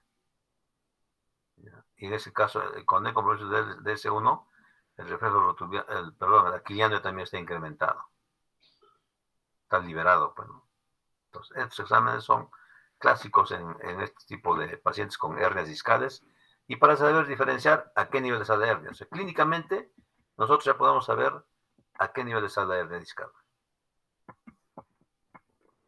Este es un examen antiguo. Antes se hacía miografía, con las radiografías se dejaba sustancias de contraste y pintaba pues así, ¿no? Entonces, toda la médula está pintando, pero hay una parte que está en sacabocado, como mordedura de ratón también se dice. Entonces, ahí se supone que está la hernia. Y justamente está entre vértebra y vértebra, en un espacio discal. Entonces, como hay razón, ahí está la hernia, ¿no? Es una forma como se aplicaba antes las hernias discales. Hoy en día también lo podemos hacer si no tenemos tomografía o resonancia. Ya, entonces, para ubicar dónde está la hernia, se hacía miografía antes. Entonces, estas son las hernias que les decía yo de las extruidas, ¿no es cierto? Mira, incluso puede ver la migrada, ¿no? Estas migradas casi nunca hemos visto, ¿no? pero puede haber. ¿Ya? Entonces, estas hernias extruidas es cuando ya rompe el ligamento, se sale y se puede colgar incluso así, ¿no? Cuando está todavía respetando a la fascia posterior, ¿no es cierto?, al ligamento posterior, la hernia sale y está protruido, ¿no es cierto? Pero cuando él lo rompe, o así cuando se va incluso por otro lado, mira, puede migrar así, ¿no es cierto? Pero cuando ya lo rompe, ya se extruida. Entonces ahí sí hay dolor de la médula o de todas las raíces nerviosas que está complicando en esa zona. ¿Ya? Entonces, y este es cuando se cuelga también, pero dentro de la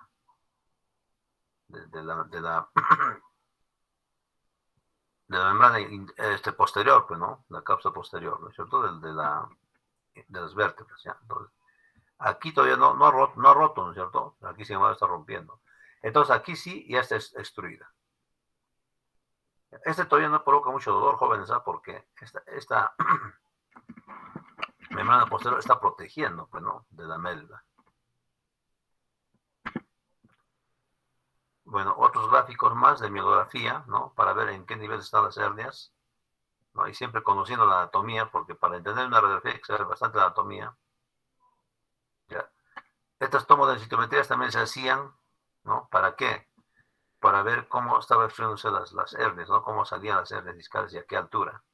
Porque también la tomografía no es un examen al 100% para diagnosticar hernias discales, ¿no? Pero como antiguamente no había tampoco resonancias, se tenía que hacer este tipo de estudios para ver las posibles hernias discales. Hoy en día las tomografías, esas últimas tomografías ya se puede evidenciar incluso así, como que es una hernia, ¿no? Pues no está tan claro, pero se puede evidenciar. Incluso podemos decir que es lateral o es medial, ¿no? Este parece lateral, ¿no? Pero aquí está como complicando la forámina, ¿no? En este lado. Entonces, puede ser incluso hasta foraminal, ¿no? ¿Se dan cuenta? Está apretando a la forámina. Entonces, pero tampoco es un diagnóstico al 100% con una tomografía. Pero la resonancia sí nos va a decir dónde están las hernias, a qué nivel están, qué tipo de hernia es, ¿no? Así como este ejemplo, ¿no? Pues esta es una hernia protruida, ¿no? ¿En qué nivel está? L5, S1, este es lumbar y este es sacro. Y en la resonancia incluso podemos saber que este disco está dañado porque está negro, está hipointenso. Los demás discos están blancos, los discos están sanos, ¿no? Entonces eso es una forma de reconocer también las hernias sanas y enfermas, ¿no?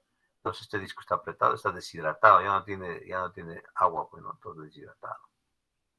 Para eso sirve la resonancia. Entonces, ya, con eso estamos seguros de que hay una hernia en el 5S1. Igual forma acá, este será una protruida, no una extruida ya, ¿no? Una extruida, miren, jóvenes. Como que corta toda la médula, ¿no? Una extruida. Aparte de eso, este paciente tiene también los corpus vertebrales, los platillos, tiene deformados, ¿no? Deformado. Es un paciente pues, muy, muy crónico ya, ¿no? Crónico. De repente incluso ya está ya en una fase de estabilización ya este paciente, ¿no? Ya se acostumbró a vivir incluso con su hernia, tal vez. Por eso tiene estas deformidades en los platillos de las vértebras. Aquí tenemos dobles hernias, L4, L5, L5, S1, ahí están dos hernias. Como les digo, las hernias que hacen, los discos que hacen hernias siempre están así de hipointensos, negritos, bueno, y los sanos están isointensos o hiperintensos. Este es otro signo también, ¿no? Signo de inflamación. Hay inflamación en esta zona. Entonces, los signos de inflamación. También hay que buscar esos signos, ¿no? Entonces, aquí la raíz nerviosa está bien dañada porque miren cómo están las hernias. El paciente de repente ya no puede ni movilizarse como debe ser. Mucho dolor. Y estos son los agujeros de conjunción que también hay que saber reconocer. Este es un corte más hacia la periferia, no es central este corte, ¿no? Entonces hace más hacia los cantos derecho o izquierdo. Entonces ahí, por ese agujero de conjunción salen los raíces nerviosas jóvenes. pero más por la parte de arribita, de acá, no tanto a nivel del disco, sino más arribita. Pero igualito, cuando hay una hernia, compromete, pues, ¿no? Compromete la raíz.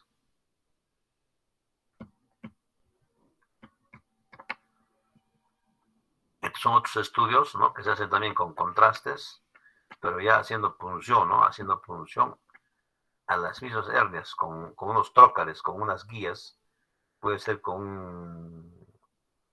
apoyados con una radiografía o un arco en C, ¿no? Pero que tome imágenes.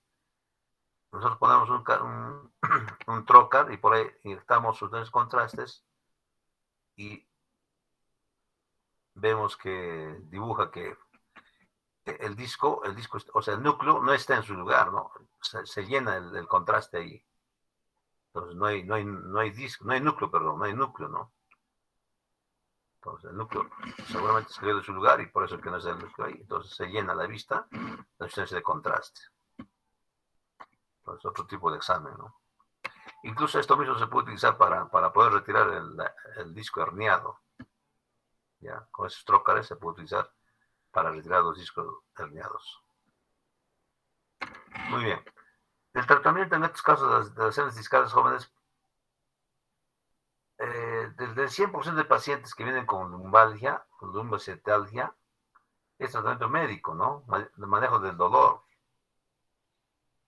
Entonces se han utilizado varios medicamentos para manejar el dolor, ¿no? Lo clásico es el diclofenaco y dexametasona, ¿no? Que se utiliza siempre en periferias.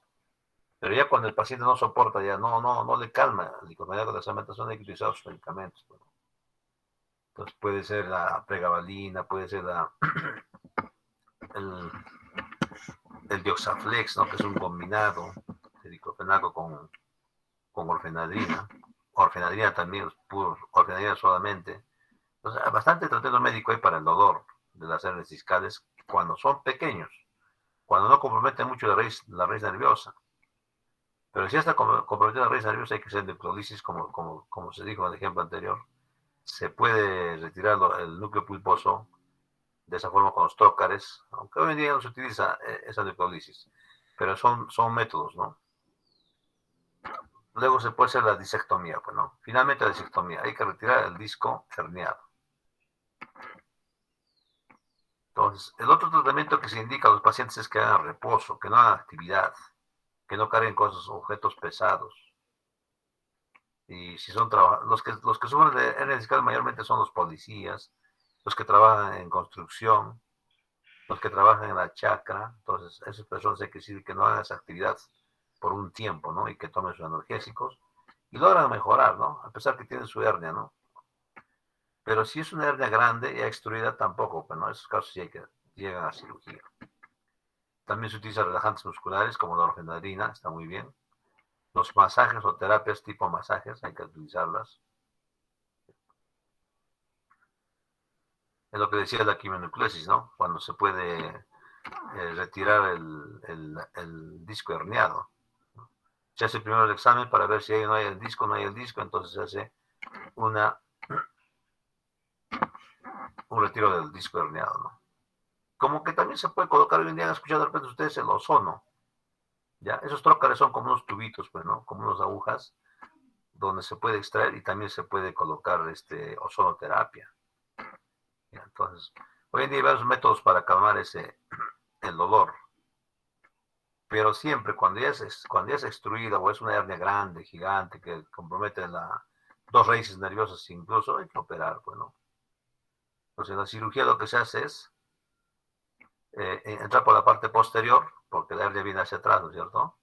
Entrar por la parte posterior, hacer laminectomía o hemilaminectomía, parte de la lámina, ya sea derecha o izquierda, donde esté la hernia, luego por ahí, separar la médula a un costado, e introducir ese instrumental, que es el que va a retirar el núcleo pulposo. Ingresar hasta el núcleo pulposo y retirar todo el resto del núcleo pulposo que está ahí, y el núcleo que se ha extruido también hay que retirarlo. Es la forma de hacer la cirugía. Eso le conocemos como disectomía. Y cuando nosotros retiramos la hernia discal, tiene esta contextura, pues, ¿no? Así se retira se reconoce, ¿no? El núcleo pulposo. Entonces, la cistectomía jóvenes hoy en día es el método más eficaz en cuanto a hernias discales, ¿no? Los pacientes van a mejorar, no tan pronto, pero porque el nervio está ya dañado, el nervio está inflamado, ¿no? Entonces, nosotros cuando retiramos las hernias discales, el nervio tiene que desinflamar, tiene que entrar el paciente en reposo, en terapia. Entonces, hemos visto frecuentemente, de todos los pacientes que hemos operado, muchos pacientes que han venido con hernias discales de poco tiempo, o sea, que han tenido 1 mes, 2 meses, los operamos, mejoran pronto. Pero si el paciente ha tenido hernia discal 1 año, 2 años o 3 años y han estado soportando el dolor, y ya vienen al 3.º o 4.º año porque ya no les permite caminar, no les permite hacer actividades, se le opera y se demoran en su recuperación. ¿Ya? ¿Por qué? Porque el nervio ha sido dañado mucho tiempo. Y cuando retiramos la hernia, incluso en el momento de la extracción de la hernia, el nervio también tocamos, ¿no? Tocamos al momento de cirugía, inflamamos sobre lo que ya está dañado, entonces esos pacientes demoran en recuperarse o mejorar, ¿no? A veces muchos pacientes han mejorado en 1 año, ¿no? Después de la operación. Ahora, hay otras complicaciones, no son complicaciones, sino son ya cosas que han sucedido con el paciente. Como ya sus compañeros lo han expuesto, ¿no es cierto?, las fases de la degeneración. Estos pacientes que tienen hernia mucho tiempo, los cuerpos vertebrales, así como estas, ¿no? Se dañan, pues, ¿no? Se dañan. Se atrofian, hacen crecimientos anómalos en la periferia y eso daña también al nervio. Y eso provoca dolor, pues, ¿no? O sea, a pesar de que se fueron operados, quedan con esos pinzamientos. Y los pacientes a veces dicen, pero todo no me ha operado, ¿qué ha pasado, no? O estoy peor, dicen incluso otros, ¿ah?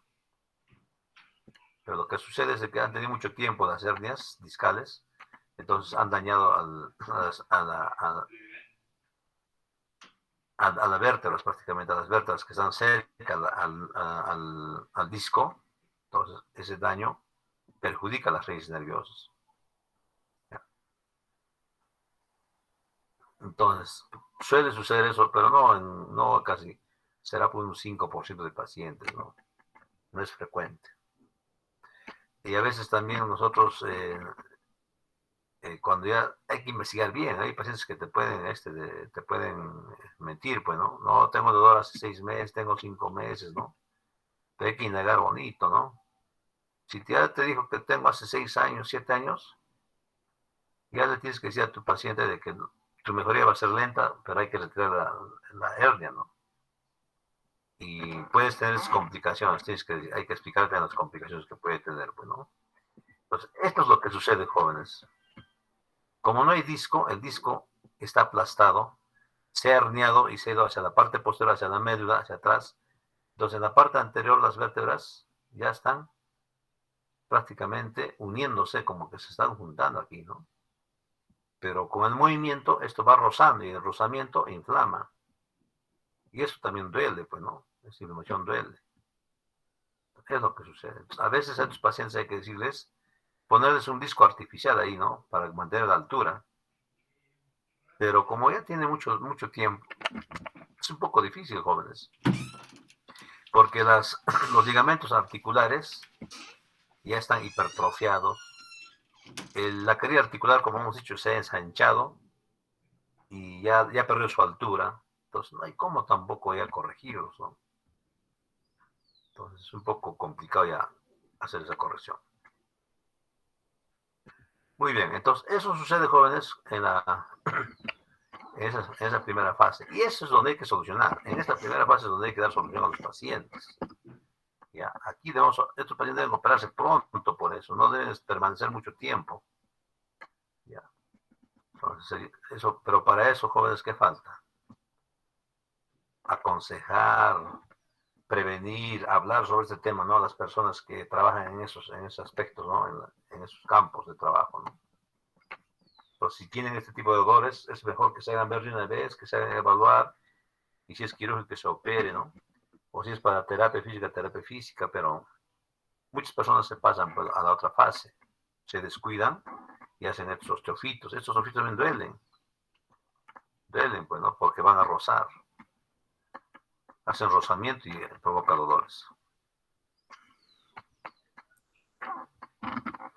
Bueno, esto lo dijeron también sus compañeros. En la inestabilidad va a haber la absorción del núcleo pulposo discal, sobrecarga facetaria. Como ya no hay disco, las facetas también se sobrecargan, es por eso que se vuelven anchos. ¿Ya? El istmo se adelgaza, las vértebras se deslizan para un lado para otro lado, se van deformando, a lo que nosotros decimos espondilolistesis, ¿no? Listesis lateral más que todo que la anteroposterior. ¿Ya? Y por lo tanto, el canal medular se va a cerrar. Esas deformidades va a hacer que se cierre el canal medular. Entonces, esa es la fase de inestabilidad. Bueno. Y después, con el tiempo, estos pacientes van a hacer la cigoartrosis. Eso que estamos viendo, cómo se están, vértebra con vértebra se están juntando, se juntan jóvenes en otros pacientes. ¿No? Tanta inflamación, al final se unen, pues, ¿no? No hay disco. O discoartrosis, otros que se van a artrosar al disco lo convierten en una cosa así degenerada, pues, ¿no? Degenerada, ya no tiene, ya no está hidratada, ¿no? Está como que está calcificada, entonces también se artrosa con el disco también y ya no hay movimiento en esa zona, ¿no? Ya no hay movimiento en esa región.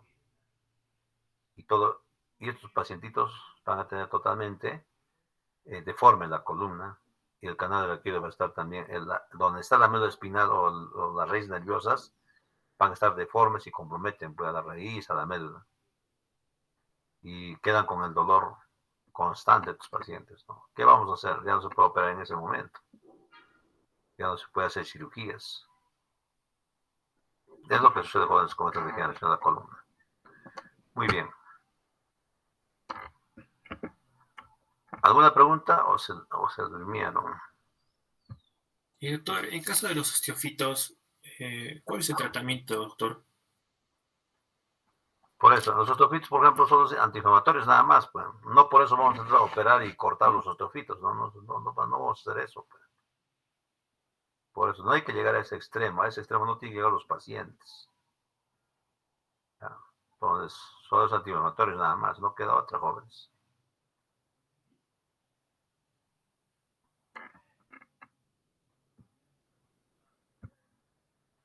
¿Algo más?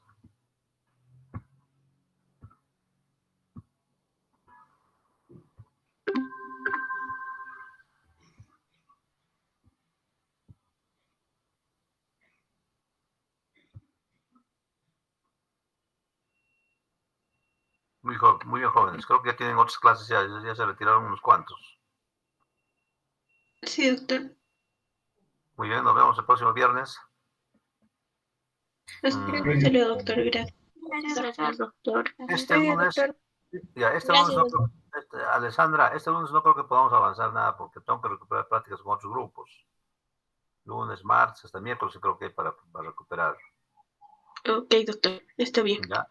Entonces, lo más seguro es que el viernes nomás hagamos la teoría normal. Y tal vez la siguiente sí podemos hacer el lunes, ¿no? Sí, doctor. Porque le decía porque hay todavía, me parece, 3, 4 temas de exposición. Sí. Entonces, tal vez no nos alcance el tiempo, por eso más que todo. Sí, 3 temas de exposición. Ajá, estoy calculando también el tiempo, ¿ya? Lo más seguro, lo más probable es de que el último viernes, o sea, ¿qué fecha sería? A ver, estamos ahora 3, el 17. El 17 podemos hacer ya los 2 últimos grupos pueden exponer.